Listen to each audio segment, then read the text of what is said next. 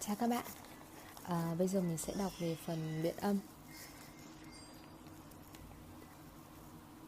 Rock, reap, reach, round, drain, reach, round, raise, draube, rise.